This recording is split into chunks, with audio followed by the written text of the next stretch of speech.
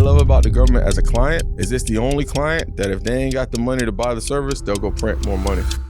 There's no product or service that the government doesn't buy. The government buys what you sell, they just don't buy it the way you used to sell it. In your industry now on the private side, where are most of the call centers? Overseas?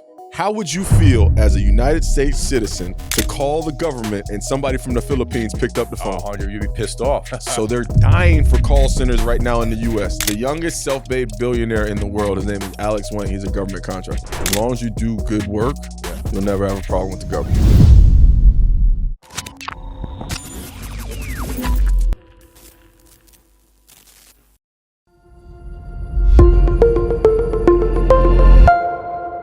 LFG fam, we just shot a fucking banger right now. I can't wait till you hear this shit. It's like next level. No one's talking about this. Shout out to our sponsors, because without them, this shit wouldn't be possible. Shout out to Ringba. Shout out to Adam Young, the paper call revolution. There's big, big money in paper call, whether you're someone who's a novice looking to get into it, whether you're someone who's already doing it, putting up big numbers. Let's fucking do this, guys. Get the fucking book on Amazon. We're going to drop a link here. Take your shit to the next level. Let's fucking go. Welcome to another episode of the LFG Let's Fucking Go show, where we're talking to entrepreneurs doing big shit on a daily basis, changing lives. I got a killer on here today. I'm fucking super excited because we're going to talk about some shit that no one's talking about as far as I'm concerned. We're going to be talking about how do you make big money with the biggest spender of all, the U.S. government. So we're going to talk about that soon. I got Kevin Jennings. He's the owner and founder of Government Cheese. Big, big fucking numbers. Great to have you in the show, my man. Thank you, sir. Let's get into it, man. So first and foremost, listen, I'm in digital marketing. Right. A lot of people watching is like, why the fuck is David talking about the government, blah, blah, blah. Listen, I spoke in Bangkok at Affiliate World in 2022, and I was talking about the hot verticals. How do you find hot verticals where you can make a lot of money in? And one of my slides, I had a big, massive wave, and I said, you want to make money and find where to do ads in and make money in it? It's the government. The government is a big, massive wave. You find out what they're spending money on, what they're promoting, and if you can generate leads in those verticals, you're going to kill it. First of all, we had solar. Government's giving money for solar, right?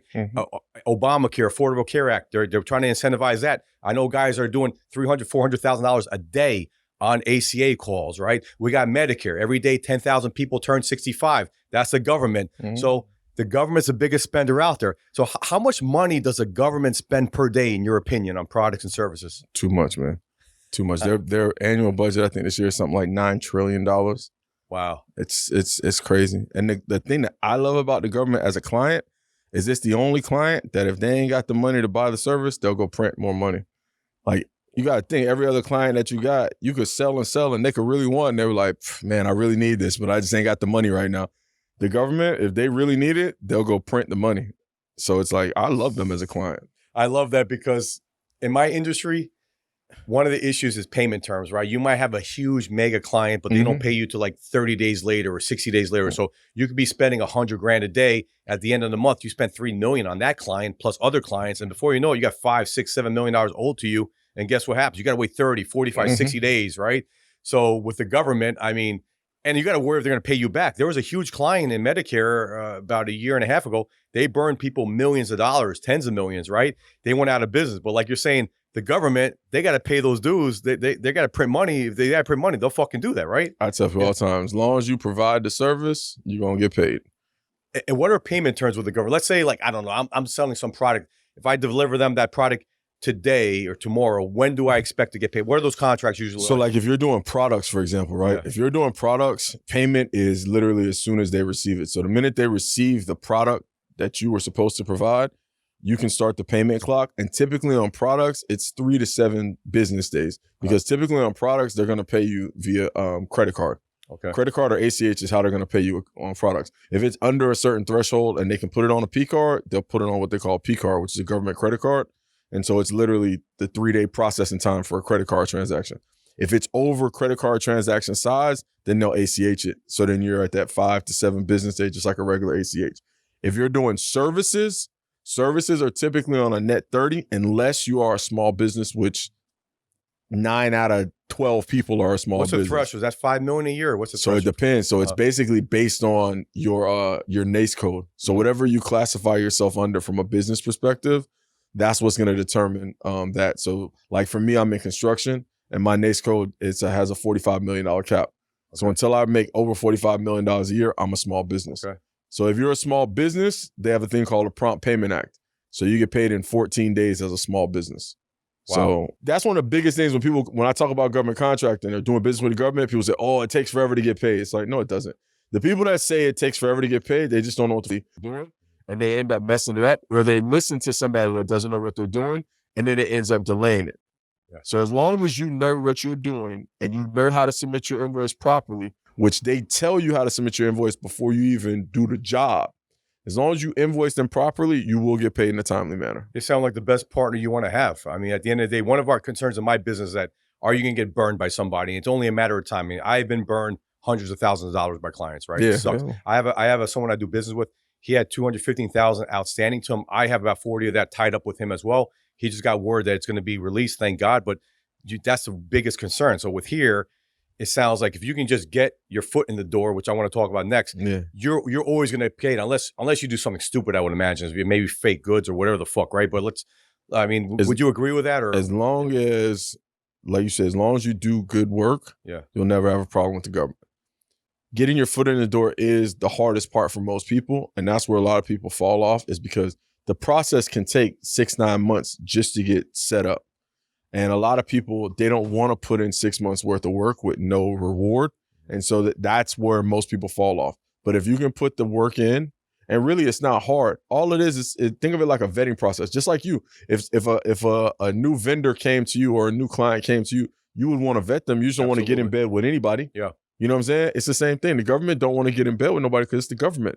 They got to be careful with who they're doing business with. So they want to know, who are we choosing to do business with? Because, you can talk about when you become a small business and you get certifications like 8A, they can sole source $5-7 million a day to you.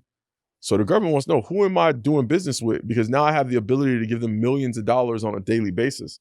So it's just a vetting process that takes a little bit of time. And a lot of people just don't want to do it because they don't feel like doing it, or they don't have the resilience to get hit in the head and then come back, and then get hit in the head and come back. Because that's all it is. Like, you'll submit your first round of paperwork, they'll deny it for something stupid. And they want to see, are you going to fight? Or are you just going to be like, you know what, man, I don't want to do this shit. And that most people just say, I don't want to do it. And they walk away. Yeah, I think it's like any other business, right? I guess that's the barrier to entry is, are you willing to put in that time? And I know you have a program that will help people learn about this. So you can probably collapse timeframes, get that down, several months, right? So honestly, that's why I created the program. Is if you go on the SBA's website, the Small Business Administration, they say that it takes 18 to 24 months to build a government contracting business from scratch. What I wanted to do is I wanted to cut that time in half using my experience, my resources. I say, all right, if they say 18 to 24, I want to see if I can do it in 9 to 12. And that's what we've been able to do. Typically, 6 to 9 months is the time that it takes for me to help somebody from literally nothing to be able to get their first contract. It's typically 6 to 9 months. But that's 6 to 9 months of me doing a lot and 6 to 9 months of you doing a lot. That's not 6 to 9 months of you just fucking buying a course and sitting on your ass. Like, that's 6 to 9 months of you actually doing stuff. So let's take me as an example. Let's say I'm like, Kevin, I'm ready to fucking go. Let's do this. I'm busy as fuck, man. I mean, I got 3 kids. I'm married. I traveled 115 flights last year. I'm always fucking on the go, right? So how much time do you think it'll take on my end during that 6? Like, if you had to quantify that into hours, how many hours am I spending per week or per month to get this going? So I tell people, realistically, if you want to be successful, and everybody's level of success is different, right? But say if you're a business and you already have stuff going and you're just trying to add another revenue stream to it, so you just want to add the government as a client, I would say it's going to take you about 10 hours of work a week. Okay. If you are starting from scratch, meaning you don't really have a business, you're just trying to start going, it's going to take you about 20 to 30 hours a week. Wow. And the reality is that because you got to do the work. See, if people come to me and they already have a business going and they're just adding to it, then it's just a matter of, all right, let's look at your current operations. Let's look at your current client base. Let's see what type of products or services you could offer to the government. Let's see what you've been doing for other clients that are similar. You know what I'm saying? And then let's see how we can marry that. And so if you have some of that going, then we're just extracting the good.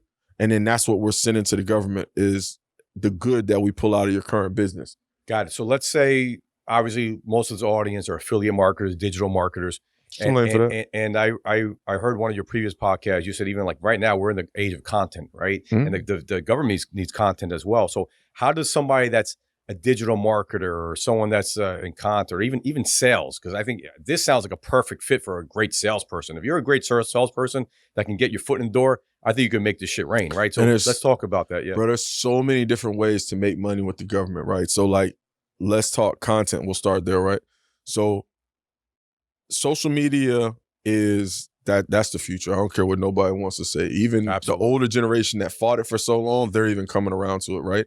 And you have to think like TV and things like that's a thing of the past. Like nobody's really sitting down watching TV and watching commercials.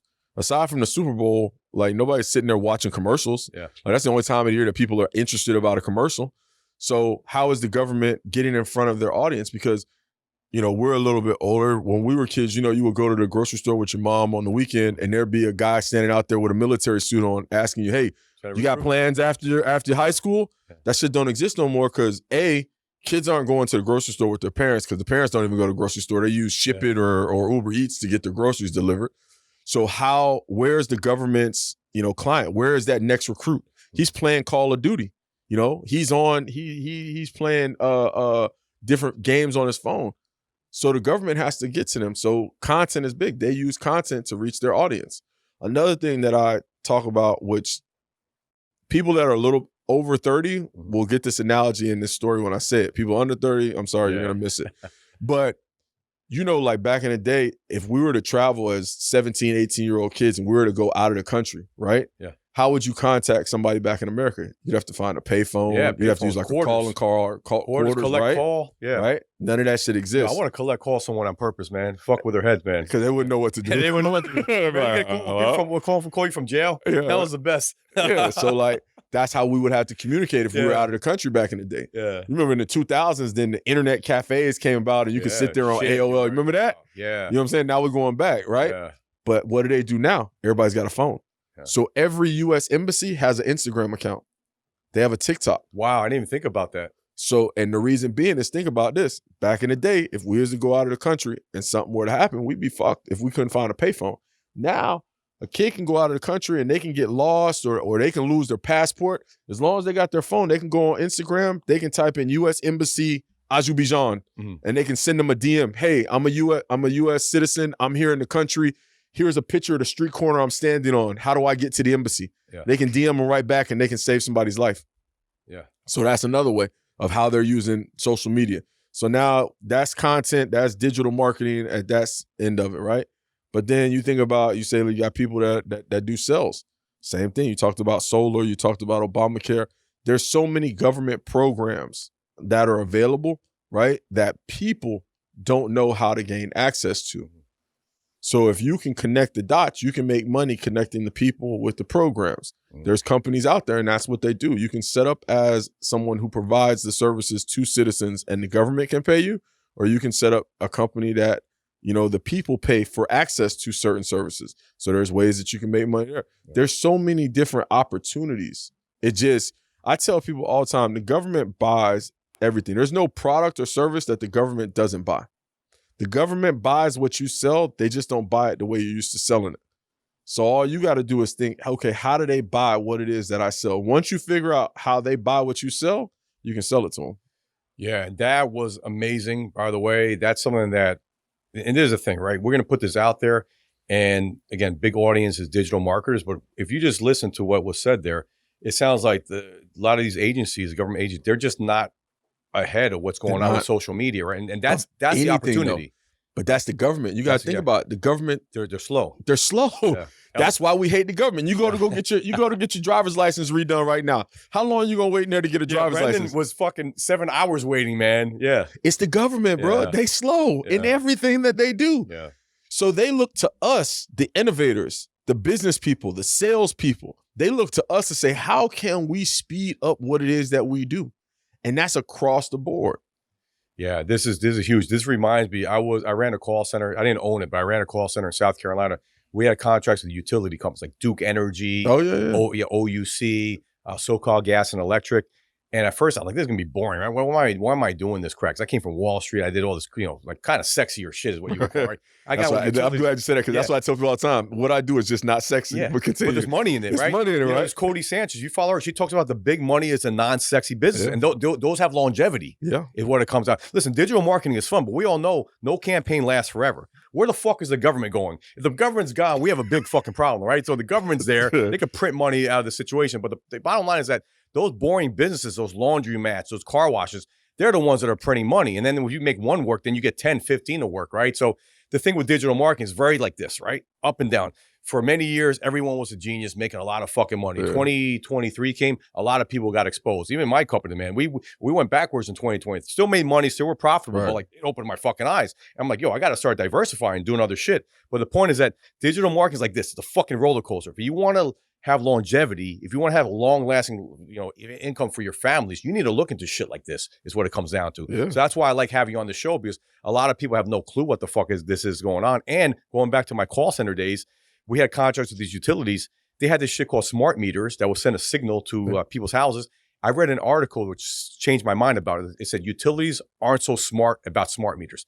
They didn't know how to communicate the benefits to their clients, right? So they needed to join forces with a call center like ours to communicate those benefits. I'm a fucking sales guy. I know how to train high-level salespeople. That's what I did. Before you knew it, we were winning contracts left and right, right? So that's what I think it is. If the light bulb goes off with these digital marketers and sales, maybe brokers of leads, you can make a lot of fucking money with the government. I think you will crush this shit. I mean, would you agree or not?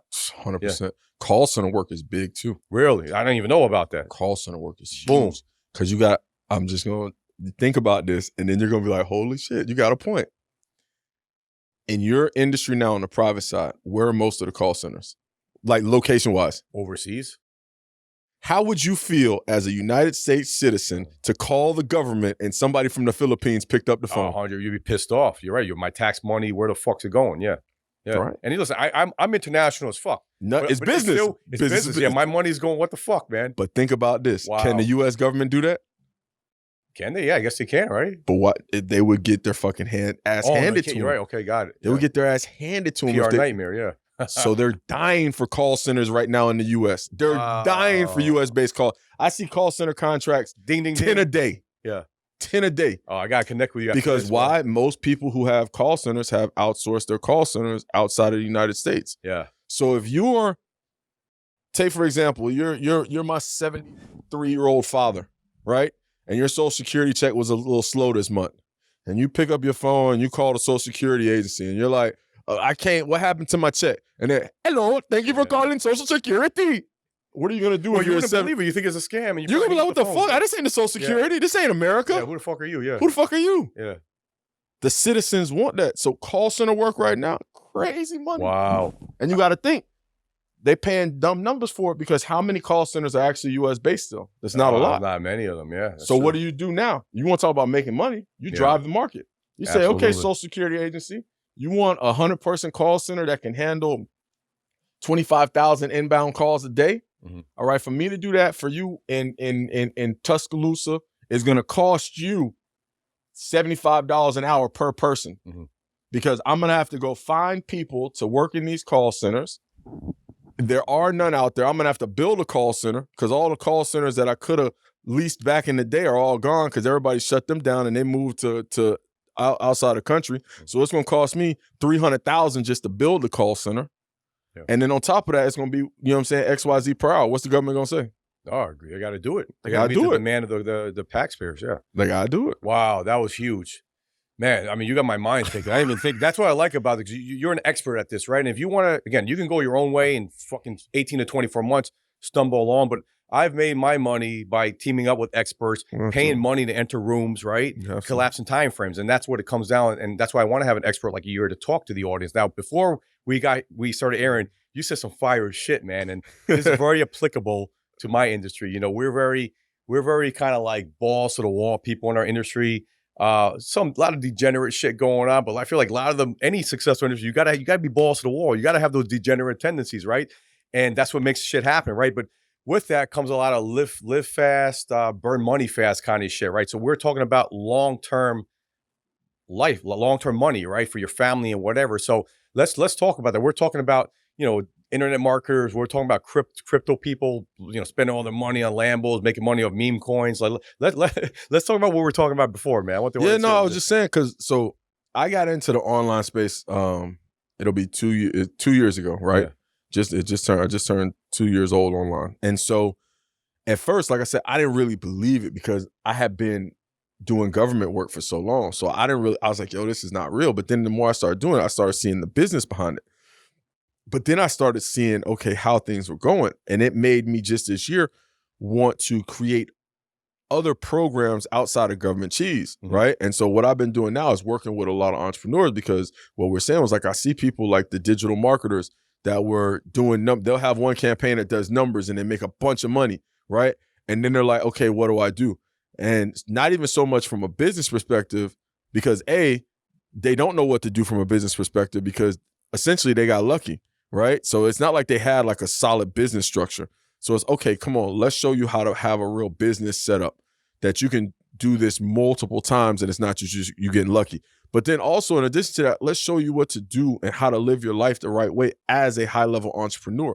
Because if you are one of those crypto kids that just hit a lick, or you're a digital marketer that had one hot campaign, and you try to go deal with real business people, they're going to snuff you out off top. Absolutely. Because they're going to be like, man, you're not serious. That's just like when you just got lucky. You just got lucky. Yeah. You know what I'm saying?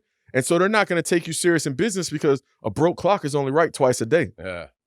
So now you got to legitimize yourself as an individual and as a business, right? So what does that look like? Like I was saying with the Lambos, like, a lot of these kids, they get the money and they're like, okay, you just want to go get all the Lambos and all the hookers. That's cool. But I'm telling you, after, like, I don't want to say too much, but like, after you talk to every girl in that little circle, because let's keep it real, all them girls run in a circle, and you've talked to them all, now what? Okay, now you got to have something legitimate going on. After you bought all them cars, like, there's only essentially 3 Lamborghini models out there. So after you have a Urus, a Huracan, and a Aventador, you're not going to get on the list for a Revolto. So what you going to drive then, buddy? Yep. You know what I'm saying? So let's talk about how you really sustain this wealth and what you really want to be looking at and what you really want to be doing. And that's the lane that I'm on now, is just helping entrepreneurs that are not traditional entrepreneurs really understand what it means to be a businessman. Because if you've already started making that money and your business has already grown, a lot of people aren't going to stop the clock and go back to Wharton Business School. It's too late. That train already left the station. You know what I'm saying? Yeah. But you got to learn. Like you said, you was on Wall Street and you did stuff on Wall Street. It's just like back in the day. I'm sure there was OGs on Wall Street there, because you would see the guys that would come in, do good, they would burn out, be gone. Same story. Then you got the old timers that have been there, and they would see somebody who got potential and pull them under the wing. Nah, man, you want to do like this. You want to do this. You're doing good, right now, but this is what's going to happen in a year or two. And so that's what I think is missing in the internet and the digital marketing stuff. Yeah, no one really talks about that stuff. So it's great that you're because it's not sexy. To that. Yeah. It's not sexy. It's not cool. But I've seen it firsthand, especially living here in Miami. Oh, Miami's nuts for that shit. Yeah, it's nuts. I'm thinking about buying fucking cars, and I'm like, why am I thinking about buying this motherfucker? Because I'm seeing motherfuckers driving. I'm like, bro, like, I don't really need that shit. Like, it's crazy, man. Bro, I went to go get another car like 2 weeks ago, and the spot I went to, I'm in there talking to the dude. He's like, you don't understand. We can't keep cars. Wow. He was like, it's crazy. He was like, these fucking YouTubers. He was like, we got YouTube kids that are coming in here and they're dropping fucking $1 million on an SVJ and not even like test driving. He's like, some of them don't even know how to drive it. Damn. They just got to have it because, the other YouTuber, the other streamer just got one. So they need one. And he's like, it's crazy. And I'm just laughing. I'm like, yeah, I get it, man. I was like, but that's just what they're doing. Yeah, absolutely. Listen, this is great. I want to ask you, this is probably the last question, but who's made the most money? Who's making the most money off the government right now? Who in this line of business, you're like, what kind of numbers are they putting up? Because I think you mentioned people like Elon Musk and Jeff Bezos, right? Like, they're selling to the government. Isn't that where they're making most of their money, with AWS and that shit? Every, I'm going to say it again so you guys understand. Every large business in America today makes the bulk of their money from the government. The public sector, the people, or the private sector, the people that's just their smoke and mirrors. Jeff Bezos makes all of his money from AWS. Amazon actually loses money on an annual basis. You can Google it. Amazon loses about 2% per year. AWS makes 34%. Like, so the difference is when people look at Amazon, it makes whatever $1 billion, right? And AWS only makes like 120 million. But AWS did 120 million from the government at a 34% margin. You know what I'm saying? So it's just the math is just completely different math.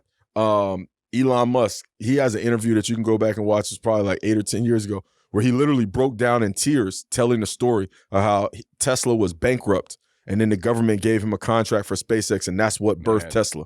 Like, he literally was in tears crying, telling the story. Like, everybody that you can think of, that's how they get their money. And it goes all the way back to the beginning of time. The Wright brothers, their first airplane was sold to the government. Amazing. Like GE, Boeing, like every person you think, even the car makers, you know what I'm saying? Everybody sells to the government. If you don't sell to the government, you're doing yourself a disservice, because everyone who you idolize and that you watch videos on, their number one client is the government. Now, whether or not they tell you that, or whether or not you can find it, because they'll have their government entities in different names, that's different. Yeah, this is mind-boggling, right? Something that people don't think about. And there's also, I think, the youngest billionaire ever, right? Everyone talks about the Kardashians, but the youngest billionaire, what was he, 19? Alex Wang. So the youngest self-made billionaire in the world, his name is Alex Wang. He's a government contractor. Everybody thinks Kylie Jenner, but it's not. It's Alexander Wang. And what does he sell though? Drones. Wow. Yep. So he created a drone that the DOD bought, because one of the other things that the government buys, remember I was talking about they buy everything? So one of the things that they buy a lot of is they buy R&D. Yeah. So they buy intelligence. So he had an idea for a drone, and he created this drone, and then the Defense Department bought his drone. Incredible, right? And you may be a sponsor of our show is Adam Young he wrote this book, Paper Car Revolution. And what that has to do with anything is that, you ever see the movie War Dogs? Yeah, War Dogs about government contracting of arms and ammunition, right? So he bought the penthouse in War Dogs in downtown Miami. Oh, yeah. It's pretty sick. So when I'm watching the movie, and so it's funny because Brendan told me about, we tried to connect like a month ago. Then I saw that movie and I was thinking about you. So I was so excited because you can see in that movie how these guys went from these little, mom and pop selling arms ammunition to, going to like Iraq and doing these massive deals. And I remember one of the best scenes, like they drive to like the Triangle of Death or some shit. And then they go to see the sergeant or whatever the guy was, general. And the guy's like, okay, you guys delivered on your word. And they go back to some area. There's like billions of dollars in cash sitting there, and then just give fucking like $10 million in cash and changes these guys' lives. But that's a movie, but that kind of shit happens in real life. No, right? That's a real story. Yeah, well, it is a real story. That's crazy. Yeah, no, those guys, they one of them still lives in Miami. I think both of them still live here in Miami. Okay. But that's 100% a real story. The only thing that they said wasn't technically real, which was a real story, but it wasn't applicable to that story, was when they went to going to Fallujah. Okay. So they didn't get to Baghdad through Fallujah. They added that to the movie, but the producer of the movie was actually doing a documentary on another government contractor, and that was his story. He actually did that. So that was like everything in that movie was 100% real. That was sick. I tell people all the time, the difference between me and them is just they sell guns, I sell toilet paper. Yeah, love it. That's the only difference. It's not as sexy, but shit, it's longevity. People always gonna need toilet paper, right? Every person on that base got to go poop. Yeah, I love it. This was amazing, Kevin. This was fucking action-packed. Everyone listening, again, this is not digital marketing, but if you use your brain and you figure out how to connect the dots and collapse time frames here with Kevin, you can be utilizing those services for the government, the biggest buyer in the fucking world, the U.S. government. So good shit. How can people find out more about you, man? So all my socials is GovCheese, so GOV_cheese, government cheese. Check out the YouTube, and then go to the website, thegovernmentcheese.org. So THE, governmentcheese.org, and you find out all the programs there. This was fucking great. Check them out. Let's fucking go, baby.